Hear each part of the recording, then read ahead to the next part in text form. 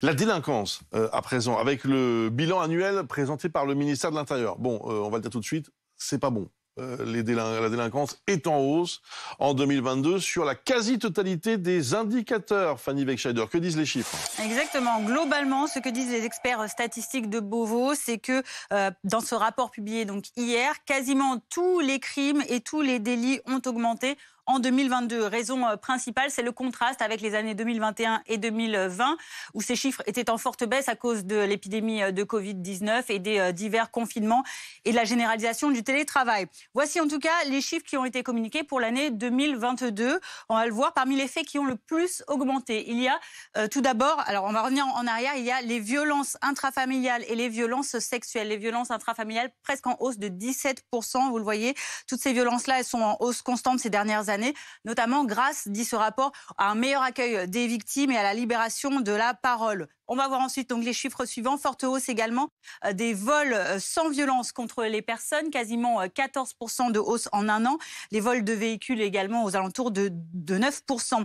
Quant aux homicides, ils sont également en hausse dans ce rapport, on va le voir. Mais surtout, ce qui est intéressant de voir, c'est la situation relative aux stupéfiants. Les mises en cause pour usage de stupéfiants, leur nombre est en très forte hausse, près de 13% supplémentaires en un an, bien plus que le trafic de stupéfiants. Un seul indicateur dans ce rapport, toutefois, est en baisse, selon le service statistique du ministère de l'Intérieur. Vous le voyez, ce sont les vols violents sans armes, en baisse de quasiment 4%. Ce sont des vols plutôt traumatisants, commis sur la voie publique ou dans les transports et qui contribuent le plus au sentiment d'insécurité. Ces tendances sont-elles les mêmes dans tous les territoires ? Eh bien, la quasi-totalité des régions et des départements, en effet, sont concernés par ces hausses de faits de délinquance. En revanche, il existe des particularités locales. Là où les chiffres sont restés le plus stables, c'est en Guyane et en Réunion. Et à La Réunion, là où la plupart des infractions, en revanche, sont en hausse, c'est en Île-de-France. Si on regarde sur cette carte, par exemple, des violences intrafamiliales rapportées à la population, donc en concentration de délinquance, on voit que les régions les plus concernées, c'est le nord de la France, que c'est la Seine-Saint-Denis en Île-de-France, le département de la Seine-Saint-Denis, des territoires d'outre-mer ou encore, dans une moindre mesure, le pourtour méditerranéen métropolitain. Mais si on regarde également pour les cambriolages